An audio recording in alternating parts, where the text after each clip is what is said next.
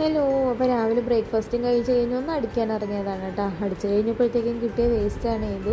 അപ്പോൾ തന്നെ എനിക്ക് ഡൗട്ട് വന്നു, ഞാൻ അകമാണ് അടിച്ചു വാരിയതല്ല പുറമെയാണ് അടിച്ചു വാരിയതെന്ന്. വീട്ടിൽ ഇത്രയും വേസ്റ്റ് ഉണ്ടായിരുന്നു കേട്ടോ.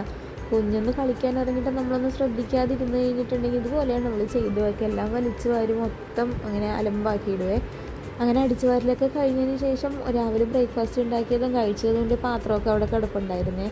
അപ്പോൾ അതൊക്കെ കഴുകി വെച്ചേട്ടാ. അപ്പോൾ ഞാൻ ദോശയും മോളും ചേട്ടനും പഴവും മുട്ടയും കൂടെ പുഴുങ്ങിയതാണ് ഇന്ന് കഴിച്ചത്. എന്ത് ചെറിയ സിമ്പിളായിട്ട് ഉണ്ടാക്കിയാലും കഴിച്ചാലും നമുക്ക് പാത്രങ്ങൾ പിന്നെ ഒരുപാട് ഉണ്ടാവുമല്ലോ കഴുകാനായിട്ട്. കുക്കിങ്ങും ഈറ്റിങ്ങും ഒക്കെ ഭയങ്കര ഇൻട്രസ്റ്റ് ആണെങ്കിലും കഴുകണത് ഇത്തിരി ബുദ്ധിമുട്ടുള്ള ജോലി തന്നെയാണ് കേട്ടോ. പിന്നെ അതങ്ങനെ ചെയ്ത് കഴിഞ്ഞ് ചോറിനുള്ള അരി കുതിർത്തി വെച്ചിട്ടുണ്ടായിരുന്നു, അതും കഴുകി അടുപ്പത്താക്കി. എന്നിട്ടിന്ന് നമ്മൾ ഒരു മോരുകറി ഉണ്ടാക്കാനാണ് കേട്ടോ.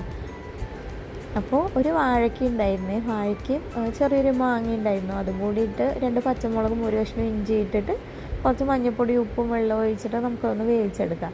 പിന്നെ തേങ്ങാരപ്പും കൂടെ റെഡിയാക്കി എടുക്കാം കേട്ടോ. കുറച്ച് ജീരകവും മഞ്ഞൾപ്പൊടി ഇട്ടിട്ട് തേങ്ങാരപ്പും കൂടെ റെഡിയാക്കിയിട്ട് കുറച്ച് തൈര് ഉണ്ടായിരുന്നു കേട്ടോ, അതും കൂടെ ഒന്ന് ഉടച്ചെടുത്ത് വെച്ചിട്ടുണ്ട്.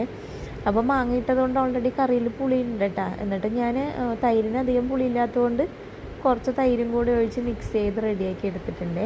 ഇനി നമുക്കത് കടുക് വറുത്തിടാം കേട്ടോ. അപ്പോൾ കുറച്ച് വെളിച്ചെണ്ണ ഒഴിച്ച് കടുകും വെളുത്തുള്ളിയും ചെറിയുള്ളിയും ചതച്ചതും കറിവേപ്പില ഇട്ട് കുറച്ച് മുളക് പൊടിയും കൂടി ഇട്ടിട്ട് ആ താളിപ്പ് ആ കറിയിലേക്ക് ഒഴിച്ചൊന്ന് മിക്സ് ചെയ്തെടുത്തിട്ടാ നമ്മുടെ കറി റെഡിയായത്. അടിപൊളിയാണ് കേട്ടോ ചോറിൻ്റെ കൂടെ കഴിക്കാനായിട്ട്. കുറച്ച് ചെറുപയറും കൂടെ താളിച്ചെടുത്തിട്ടുണ്ട് കേട്ടോ. പിന്നെ കൊണ്ടാട്ട മുളക് വറുത്തതും പപ്പടം വറുത്തതും പിന്നെ ഇന്നലത്തെ ചൂരക്കറിയും ഉണ്ടായിരുന്നു. പിന്നെ കുറച്ച് അച്ചാറും കൂടി എടുത്ത് നമ്മൾ ഫുഡ് കഴിച്ചേ.